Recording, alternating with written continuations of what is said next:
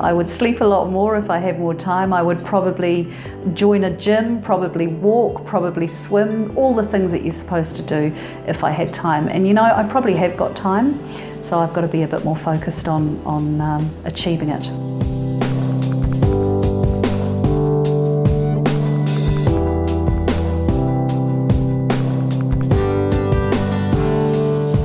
It's interesting right now because it has been really crazy, but starting a new business makes me feel as though it might be less crazy, and I'm hanging on to that because I've become more aware, I think, certainly since the earthquakes, of how important it is to be able to get the work-life balance right. It's something I've always intended to address and make sure that I'm applying to my life, but I think now as I've got older, as parents-in-law have got older, as children are getting older, as I've got older, it's become more important. So I'm hoping that things will be a little calmer and a little more organised.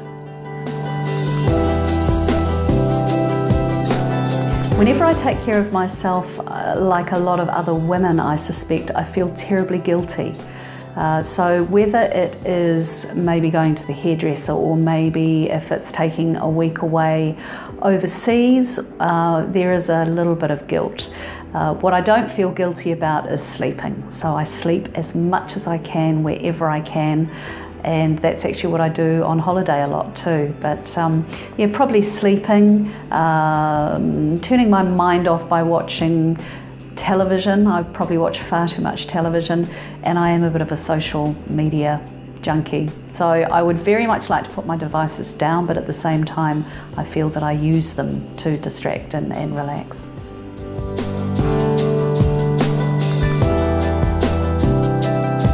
I think the phrase I've been using a lot since the earthquakes is be kind to yourself, and I don't know what it is about women particularly that we tend to be very hard on ourselves. I think the guilt thing from the day we drop our kids off at preschool and their little noses are pressed against the glass, you know, there's that tug and feeling of guilt. So we have to stop feeling guilty about wanting to look after ourselves. I think we spend so much time looking after other people, looking after our families. There's nothing wrong with being kind to yourself and looking after yourself. It's finding ways to do it that fits in with your lifestyle, because I think if you have to make major changes to your lifestyle in order to self-care, it's too hard, and so you give it away. So it's finding a way to do it that is cost effective or even free. And there are lots of ways you can do things that are free. I mean, the great thing in Christchurch is the number of festivals, the events that are going on, starting to do more of that now, setting goals. You know, like, so I know that there's a festival happening at the end of October. This is a little embarrassing, so don't tell anyone, but there's a sing-along Rocky Horror Picture Show. So I bought tickets straight away to that, and I've got 3 girlfriends coming, and we're really excited. We remember growing up with it.